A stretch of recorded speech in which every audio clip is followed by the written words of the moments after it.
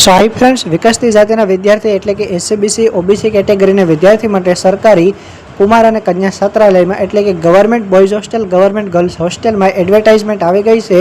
તમારે ક્યારથી ફોર્મ ભરી શકો છો. મિત્રો, તમે જોઈ શકો છો તે મુજબ ફ્રેશ અને રિન્યુઅલ દરેક વિદ્યાર્થી કે જે કોલેજ માટે એડમિશન લેવા ઈચ્છે છે તેમને 25 મેથી લઈ 30 જૂન સુધી ફોર્મ ભરવાનું રહેશે. અને એવા વિદ્યાર્થી મિત્રો કે જે સ્કૂલમાં એડમિશન લે છે તેમના માટે 25 મેથી લઈ 10 જૂન સુધી ફોર્મ ભરવાનું રહેશે.